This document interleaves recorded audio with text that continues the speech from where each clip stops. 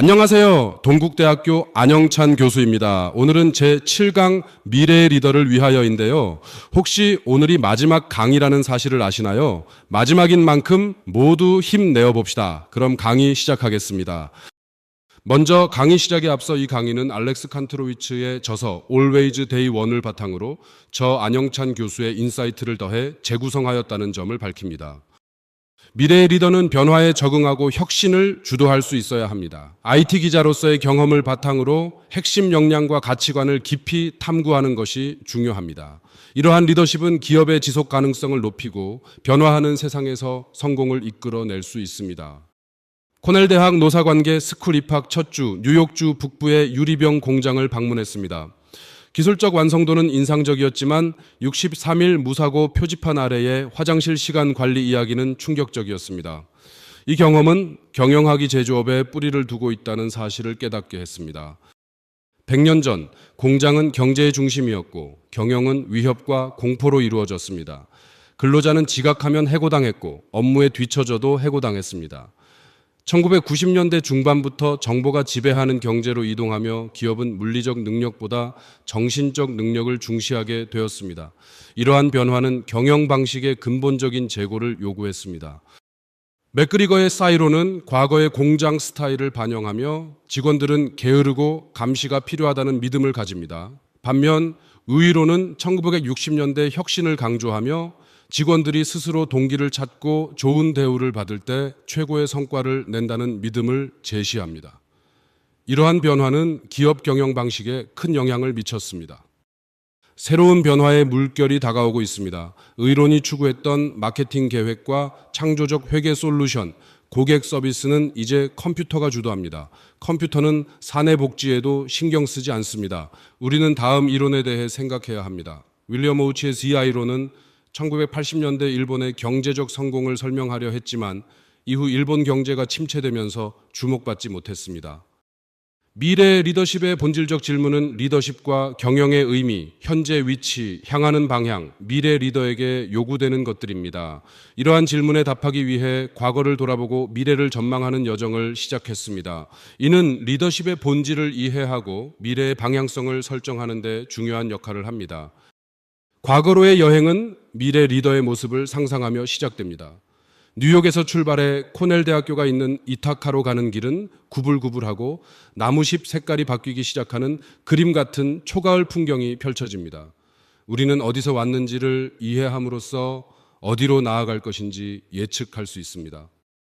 1945년 뉴딜 시대의 산물로 코넬 산업 및 노동관계 스쿨이 설립되었습니다. 뉴딜 법안 통과로 새로운 권리 유형이 탄생하며 노사 양측의 협력 필요성이 증대되었습니다. 초기 몇 년간 가건물에서 시작해 이후 아이브스 홀로 이전하며 노동조합과 집단교섭권을 보호하는 역할을 했습니다. 에리 다이어 교수는 1971년 이후 ILR 스쿨에서 전통을 지키며 새로운 접근 방식을 강조했습니다. 그는 새로운 것은 해치지 않는다며 시론과 이론의 고정관념을 넘어서야 한다고 주장했습니다. 엔지니어 사고방식을 넘어선 광범위한 적용 방법을 설명하며 혁신의 중요성을 강조했습니다. 미래 리더는 명령이 아닌 목표와 비전을 제시하여 직원들의 창조적 아이디어가 자유롭게 표현될 수 있는 환경을 조성해야 합니다. 이를 위해 자유로운 방식으로 업무를 부여하고 실험과 시행착오를 통한 학습 기회를 제공하며 새로운 아이디어에 대한 적절한 보상 시스템을 구축해야 합니다. 산업혁명 이후 그건 자네 일이 아니야라는 말은 창의성을 억누르는 원인이었습니다. 다이어 교수는 이러한 태도가 아이디어를 억제한다고 지적합니다. 혁신은 조직의 모든 층위에서 존재해야 하며 직원들의 목소리에 귀 기울이는 것이 중요합니다. 이는 기업들이 창의적 아이디어를 수용하는 이유를 명확히 보여줍니다. 아이디어에 생명을 불어넣는 시스템은 창조를 위한 여유와 격려를 제공합니다. 직원들이 자유롭게 생각할 수 있는 시간과 공간을 제공하며 기발한 아이디어를 쉽게 제안하고 공유할 수 있는 플랫폼을 구축합니다. 좋은 아이디어가 조직 전체에 빠르게 확산될 수 있는 체계를 갖추는 것이 중요합니다. 스퀘어의 조용한 회의는 혁신적입니다. 참석자들은 30분 동안 조용히 앉아 각자 노트북으로 구글 독스를 편집하며 질문이나 아이디어를 추가합니다. 이는 아마존 스타일의 발명과 구글 스타일의 협력을 결합하여 모두가 아이디어에 집중할 수 있도록 합니다. 다양성과 포용의 회의 문화는 소수민족, 여성, 원격 근무자, 내성적인 사람들이 의견을 자유롭게 표현할 수 있도록 합니다. 헨리는 목소리 크기나 정치 수완이 아닌 좋은 아이디어가 주목받는 문화를 원한다고 강조했습니다. 트위터와 스퀘어의 CEO 잭 도시도 조용한 회의 방식을 사용한다고 확인했습니다. 아이디어 보상 시스템은 창의적 제안을 장려합니다. 가치 있는 아이디어를 제시한 사람에게 작은 보너스를 지급하고 프로젝트로 전환되면 더 큰 보너스를 제공합니다. 성공 수익은 아이디어 제안자와 공유됩니다. 다이어 교수는 이러한 보상 시스템이 아이디어 공유를 활성화한다고 강조했습니다. 엔지니어 사고방식의 확산은 민주적 발명의 시대를 열었습니다. 많은 기업이 민주적 발명을 뒷받침하는 시스템을 도입하고 협동 툴이 확산되며 피드백 문화로 수직 체계의 한계가 허물어지고 있습니다. 이는 중소기업들이 공평한 경쟁을 할 수 있게 하며 더 많은 이들이 일터에서 목소리를 낼 수 있는 환경을 조성합니다. 현재 교육 시스템은 반복과 암기를 중시하며 학생들을 실무 중심 경제에 맞추려 합니다. 그러나 독립적 사고와 창의성을 기반으로 한 경제로의 전환이 필요합니다. 루이스 하이먼은 이러한 변화가 필수적이라고 강조하며 교육의 근본적인 재고가 필요하다고 주장합니다. 학생들은 A 학점을 원합니다. 하지만 스스로 생각해보라는 요구에 당황합니다. 루이스 하이먼 교수는 학생들이 정답을 찾으려는 것은 평생 받은 교육과 관련이 있다고 설명합니다. 복종 중심 교육은 정답 찾기와 규칙 따르기에 집중하지만 창조성 중심 교육은 질문하고 실험하며 혁신을 추구합니다. 애덤 그랜트 교수는 학생들이 학점에 집착하면서 교육의 본질을 잃고 있다고 지적합니다. 그는 대학이 학점 시스템을 폐지하고 기업이 학점보다 실제 기술을 중시해야 한다고 주장합니다. 졸업 전에 비학점을 받아보며 새로운 목표에 도전하는 것이 중요하다고 강조합니다. 복종을 가르치는 교육 방식은 자동화보다 더 큰 위험이 될 수 있습니다. 사디아 자이디는 기술의 영향에 대해 사람들은 일자리의 순 증가를 기대하고 있습니다. 라고 말했습니다. 기술 변화율은 42%로 5년 후 일자리 핵심 기술의 변화 정도입니다. 창조성, 독창성, 자율성이 그 어느 때보다 중요합니다. 기술 리더들은 자선 사업을 통해 교육 시스템 개선을 시도했지만 여전히 제 기능을 못하고 있습니다. 마크 저커버그는 1억 달러를 뉴욕 학교 시스템에 기부했으나 하이먼 교수는 이를 정치적 선택으로 지적했습니다. 변화를 이끌어내기 위해서는 세금으로 운영되는 공적 교육 분야가 가장 효과적입니다. 기술 변화는 소득 불평등을 심화시킵니다. ILR 부교수 애덤 세스 리트위는 기술 발전이 개발자에게 이익을 몰아주며 노동을 대체하는 경향이 있다고 설명합니다. 터보텍스 사례처럼 회계사들이 대체되며 수익은 소수 기업에 집중됩니다. 이는 수백만 명의 회계사에게 흘러가던 돈이 이제 인투이트로 들어가고 있는 상황을 보여줍니다. 서부 해안의 홈리스 위기는 심각합니다. 아마존, 애플, 구글 등 대기업이 있는 이 지역은 소득 불평등이 심화되고 있습니다. 주거비용 상승과 최저 공실률로 인해 많은 사람들이 경제적 어려움을 겪고 있습니다. 시애틀 주민들은 경기 침체와 집값 폭등으로 큰 타격을 받았습니다. 아마존은 2016년 이후 홈리스 관련 공익단체에 1억 3천만 달러를 기부했습니다. 그러나 2018년 112억 달러 수익에도 연방소득세는 0원이었습니다. 시애틀 인두세 법안에 강력 반발한 아마존의 행보는 엘리트 독식 사회에서 비판받고 있습니다. 승자들은 사회적 변화를 이끌어야 한다는 주장이 제기됩니다. 2019년 저커버그는 기부와 세금의 균형에 대해 질문받았을 때 민간 자선단체의 가치를 강조했습니다.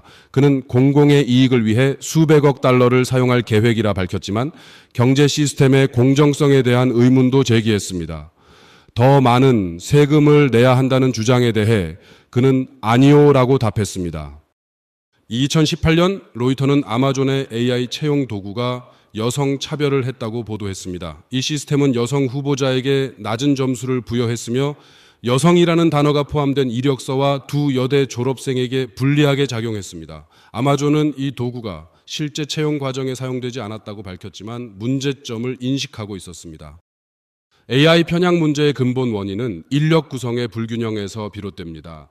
아마존의 글로벌 인력이 남성 60%, 여성 40%로 구성된 상황에서 AI는 남성 후보자를 더 긍정적으로 평가할 가능성이 있습니다. 시스템의 편향성을 깨달았으나 특정 조건에서 중립성을 확보하려는 노력은 실패했습니다. 결국 시스템은 완전히 제거되었습니다.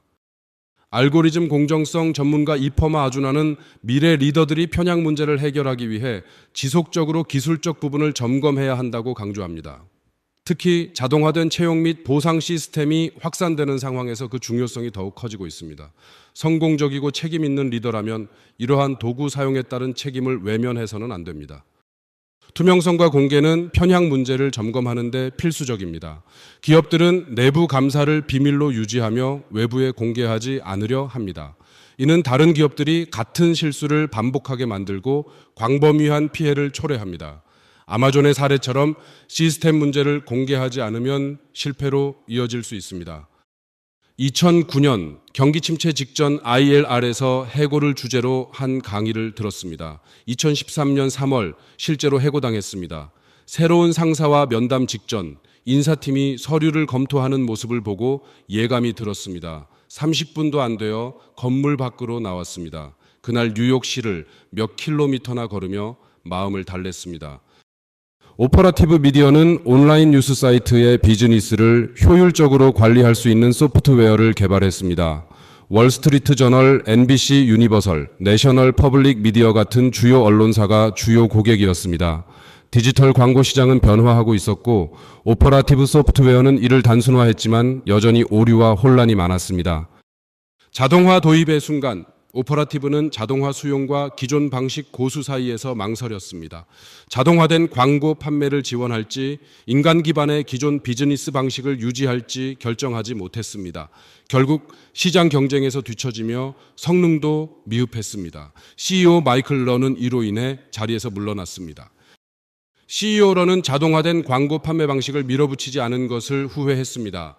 그는 투자자만 생각했다면 더 일찍 자동화를 받아들였을 것이라며 올바른 선택인지 고민했다고 밝혔습니다. 자동화된 광고 판매가 언론 매체의 가치를 떨어뜨릴 수 있었다고 설명했습니다.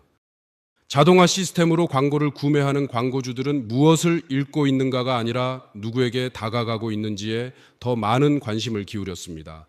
최고 언론사의 광고 지면을 자동화 시스템에 넣는 것은 그들을 거의 또는 아예 보도하지 않는 정크 사이트와 동일하게 만드는 일이었습니다. 결국 언론 산업은 위기에 처했습니다. 오펜하이머는 기술 발전의 위험성을 경고했습니다. 그는 원자폭탄 개발에 참여한 경험을 통해 신중하지 못한 발명이 사회에 미칠 피해를 강조했습니다. 기술적 성공 후에는 그 영향에 대해 고민해야 한다고 했습니다. 이는 우리가 발명할 때 신중해야 함을 일깨워주는 극단적인 사례입니다. 인공지능과 함께하는 유토피아는 기계학습과 클라우드 컴퓨팅의 발전으로 가능해집니다. 이러한 협력 도구들은 적절히 관리된다면 인류 역사의 새로운 단계를 열 수 있습니다. 변화는 다가오고 있으며 이러한 기술들은 우리의 삶에 긍정적인 영향을 미칠 잠재력을 가지고 있습니다. 미래의 일터는 창조적이고 충만한 기회로 가득할 것입니다. 인간의 힘든 노동은 창조적이고 의미 있는 기회로 변모하며 상사와의 협력 시대가 도래할 것입니다. 공평한 경쟁 환경에서 더 많은 기업이 발명에 집중하며 소기업들도 의미 있는 경쟁을 할 수 있게 될 것입니다. 혁신은 정부기관과 비영리 단체에도 필요합니다. 기후변화, 교육개혁, 의료 서비스 접근성, 빈곤 문제 해결 등 다양한 과제가 있습니다. 공공 분야에서의 혁신은 창조적 해결책에 집중할 수 있는 인력을 필요로 하며 이는 사회가 혼란의 세기를 헤치고 나아가는 데 필수적입니다. 미국 중앙조달기관에서 나사까지 25곳의 연방기관은 이미 UiPath와 손잡고 업무를 자동화하고 있습니다. 이는 앞으로의 흐름을 말해주는 것입니다. 정부기관과 비영리 단체는 앞으로 직원들의 이야기에 더욱 귀를 기울여야 합니다. 이러한 시나리오에는 최고의 노력을 투자할 가치가 있습니다. 정치적 의지와 사회적 합의는 정책적 뒷받침을 통해 실현됩니다. 기업의 협조는 필수적이며 훌륭한 기업들의 적극적인 참여가 필요합니다. 개인의 노력과 의식적인 변화도 중요합니다. 이러한 조건들이 충족되면 우리는 더 건강하고 행복하며 안정적인 삶을 살 수 있습니다. 창조적 환경 조성은 직원들이 자유롭게 아이디어를 제안하고 실험할 수 있는 분위기를 만드는 것입니다. 자유로운 업무 부여와 목표 설정을 통해 자율성을 부여하고 실패를 허용하는 문화를 통해 학습을 격려해야 합니다. 미래의 리더는 발명을 적극적으로 격려하여 창조적 잠재력을 발휘할 수 있도록 해야 합니다. 현재 교육 시스템은 반복과 암기에 치중하고 있습니다. 그러나 미래는 독립적 사고와 창조성을 요구합니다. 창조성 중심의 교육은 질문을 장려하고 실험을 허용하며 자유를 존중합니다. A를 받기 위해 반복하는 대신 영향력 있는 인물이 되기 위해서는 독창성이 필요합니다.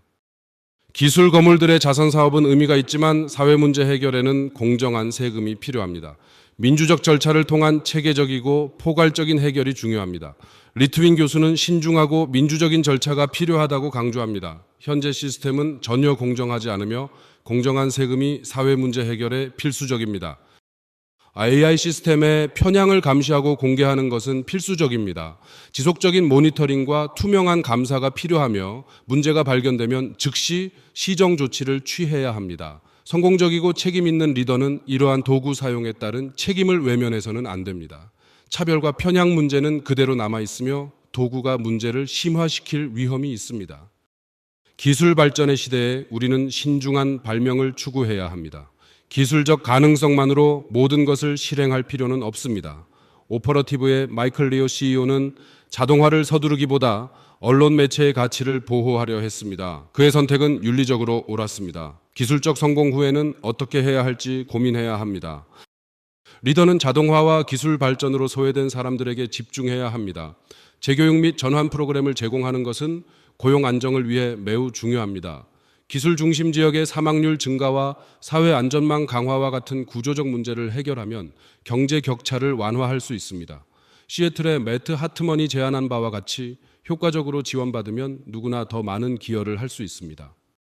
미래의 리더는 인간과 기계의 협력을 통해 창조적이고 충만한 업무 경험을 만들어야 합니다. 기술은 인간의 창조성을 증폭시키는 도구로 인간의 직관과 감성, 윤리적 판단을 보완합니다. 인공지능의 효율성을 활용해 반복 작업과 데이터 처리를 자동화하고 인간과 기계의 시너지를 통해 의미 있는 일을 창출해야 합니다. 리더십 패러다임은 지난 100년간 변화해 왔습니다. X이론 시대는 위협과 공포를 통한 관리, Y이론 시대는 동기부여와 복지를 통한 관리가 주를 이뤘습니다. 미래의 리더십은 발명과 협력을 통한 창조로 조직 구성원 모두가 창조적 잠재력을 발휘하도록 돕는 촉진자의 역할을 해야 합니다. 미래 리더는 창조성과 공감 능력, 윤리의식을 갖추어야 합니다. 창조성은 기존 틀을 벗어난 혁신적 사고를, 공감 능력은 다양한 구성원의 목소리에 귀 기울이는 것을 의미합니다. 윤리의식은 기술 발전의 사회적 영향을 고려하는 능력입니다. 이러한 역량은 기술적 역량과 함께 균형 있게 발전시켜야 합니다. 미래지향적인 조직은 단순한 기술 도입을 넘어 문화 자체를 혁신해야 합니다. 열린 소통과 심리적 안전을 통해 실패를 두려워하지 않고 도전할 수 있는 환경을 조성해야 합니다. 지속적 학습과 포용적 리더십을 통해 변화에 적응하며 다양한 아이디어를 존중하고 활용하는 문화를 실험하고 있습니다. 정책과 제도의 역할은 사회 전체의 변화를 위해 필수적입니다. 교육정책은 창조성 중심 교육과정과 비판적 사고력 강화를 포함하며 노동정책은 재교육 프로그램 확대와 유연한 근무 제도를 강조합니다. 기술정책은 인공지능 윤리 가이드라인과 알고리즘 투명성 확보를 목표로 합니다. 이는 기술적 선택이 아닌 정치적 선택입니다. 글로벌 협력은 기후변화, 기술 윤리, 소득 불평등 같은 문제를 해결하는 데 필수적입니다. 글로벌 리더십과 국제 협력 체계가 필요하며 지역별 실행과 개별 조직의 실천이 중요합니다. 미래의 리더들은 인류 전체의 번영을 고려한 의사결정을 내려야 합니다. 개인 차원의 준비는 필수입니다. 자기 성찰을 통해 리더십 스타일과 가치를 점검하고 역량 개발과 창조적 사고, 협력 능력을 향상시켜야 합니다. 네트워크 구축과 다양한 배경의 사람들과 관계 형성도 중요합니다. 일상에서 새로운 리더십 스타일을 적용하며 지속적으로 실천해야 합니다. 미래의 리더는 실패를 두려워하지 않고 실패를 통해 배우고 성장하는 문화를 만들어야 합니다. 실험 정신과 학습 마인드를 통해 새로운 아이디어를 시도하고 회복 탄력성을 키워야 합니다. 단기적 성공보다 장기적 가치를 추구하는 용기가 필요합니다. 새로운 것은 해치지 않아요. 리 다이어 교수, 미래의 리더는 현재의 성과뿐만 아니라 다음 세대에 남길 유산을 고민해야 합니다. 코넬 대학교 캠퍼스에서 본 젊은 학생들이 맞이할 비즈니스 세계는 지금과 완전히 다릅니다. 그들이 더 나은 환경에서 일할 수 있도록 지금부터 준비해야 합니다. 교육의 변화, 기술의 윤리, 사회적 책임을 강조해야 합니다. 희망적인 미래를 위해 창조적인 일터와 포용적인 사회를 구축해야 합니다. 기술의 혜택이 모두에게 공평하게 돌아가고 인간과 자연이 조화롭게 공존하는 지속 가능한 발전을 추구해야 합니다. 이러한 시나리오를 실현한다면 우리는 더 건강하고 행복하며 안정적인 삶을 살 수 있습니다. 구체적인 행동 계획은 실천을 위한 필수 요소입니다. 개인적으로는 매일 새로운 아이디어를 제안하거나 실험해 보세요. 팀 차원에서는 조용한 회의나 아이디어 공유 시스템을 도입하고 조직 문화는 실패를 허용하고 학습을 격려하는 환경을 조성해야 합니다. 사회적으로는 교육이나 정책 변화에 적극적으로 목소리를 내는 것이 중요합니다. 측정과 평가는 변화의 과정을 이해하는 데 필수적입니다. 제안 횟수, 다양성, 혁신, 만족도 등 다양한 지표를 설정하여 아이디어의 질과 실행 비율을 평가합니다. 정량적 지표와 함께 정성적 평가도 중요하며 구성원들이 창조적이고 의미 있는 일을 하고 있는지 정기적으로 확인해야 합니다. 지속적인 학습과 적응은 미래 리더십의 핵심입니다. 변화하는 환경과 새로운 기술 동향을 관찰하고 새로운 지식과 기술을 습득하며 실험을 통해 작은 규모에서 새로운 아이디어를 시도해야 합니다. 경험과 학습 내용을 공유하며 기존의 관념에 얽매이지 않고 새로운 가능성에 열린 마음을 가져야 합니다. 미래 리더십은 모두의 참여로 완성됩니다. 각자의 위치에서 발명과 창조성을 실천하고 공정한 세금을 추구하며 AI 편향을 감시해야 합니다. 인간과 기계의 협력을 통해 더 건강하고 행복한 미래를 만들어 갑시다. 변화는 다가오고 있으며 우리의 선택이 그 방향을 결정합니다. 어떠신가요? 강의 내용이 흥미로우셨나요? 이로써 Always Day 1 특강은 끝이 났습니다. 그동안 한 개의 오리엔테이션 강의와 유분계의 본 강의가 진행되었는데 유익한 인사이트를 얻어가셨나요? 아쉽지만 이렇게 인사를 드려야 할 것 같습니다. 저는 조만간 더 유익하고 흥미로운 주제로 돌아오겠습니다. 감사합니다.